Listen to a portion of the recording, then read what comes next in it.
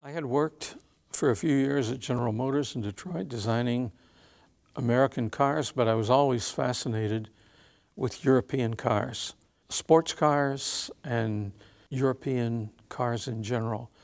I came to Opel in 1966 on a 6-month assignment, and it was a very interesting experience. I enjoyed working here. I enjoyed the environment, and went back to Detroit to work with General Motors. A few years later, I was asked if I would be interested in coming back to Opel to work for a longer period of time. And I said, yes, how soon can I leave? That was the summer of 1969. There were several projects. One, and probably the most important, was the Manta. Ford had just introduced their Capri on the market, and it looked like it was going to be a big success.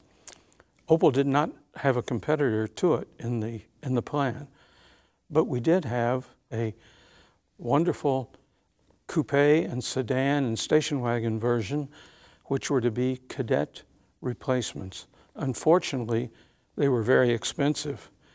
At this point in time, it was decided to take the coupe version and extend it because it had a very, very nice body, and put a long front on it and make it into a competitor to the Capri. At the same time, the other versions were to be sold as Asconas. Neither had names at that time, but that was the idea. So in a very short time, my boss then, who was Chuck Jordan, had a long vacation planned in the States, and when he left, he said, well, you have 6 weeks until I get back, and do the best you can, but if I don't like it when I get back, I'll show you how to do it. And he came back, and he took one look at it and says, that's okay, let's release it. Well, back then, many cars were sporty cars, had associations with animals, Jaguar and things like that. But it was decided that we needed a name that wasn't just a number, and it was decided to call it Manta. Okay, and we had a very short time period, and we had to design not only the car, but the emblems for the car. And the manufacturers told us, if we don't have the design for an emblem within 10 days, it's too late. The car will be produced without an emblem. And so we sent someone to Frankfurt to the museum to get pictures of the Manta, and we found out they didn't have a very good selection. Those were the days you couldn't Google a name. You had to go to a museum and hope you'd find some pictures. Well, that wasn't very successful.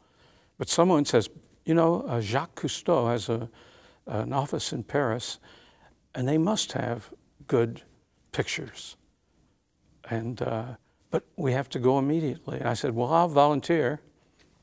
And so on a Saturday morning, I flew to Paris, and General Motors France had set up a meeting with Jacques Cousteau's people in Paris, and we went to the archives and took a look and got some excellent pictures. Well, General Motors were the first to ever do concept cars, starting in the 1930s. And as a child growing up, I was fascinated every year by looking at the pictures of the concept cars.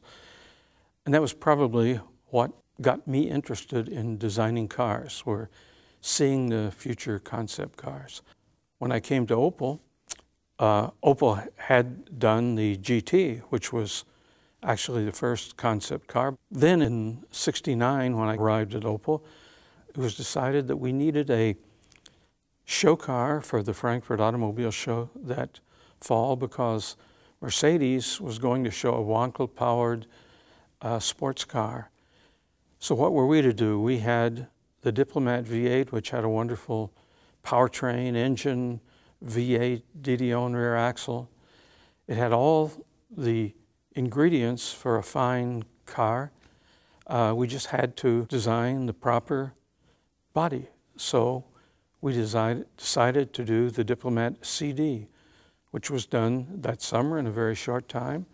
And the results were it was a very exciting two-passenger car with a lot of features that helped us compete with our Stuttgart friends.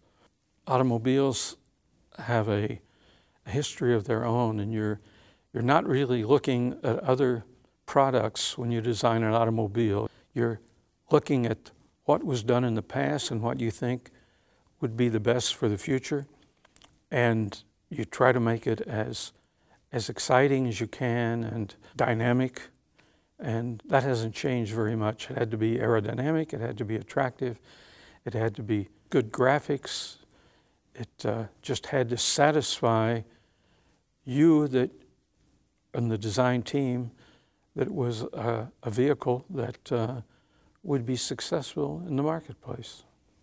Actually, it was very similar. You had to find ideas, and the methods then were you'd sit down with pencils and paper and make sketches and try to find a good solution. Several designers would be working together, and they would pin their drawings on the wall and discuss them, and a synergy would develop. That hasn't changed. We didn't have the tools they have today. We didn't have computers. You couldn't draw on a computer screen. The drawings were done by hand, but the effect was the same.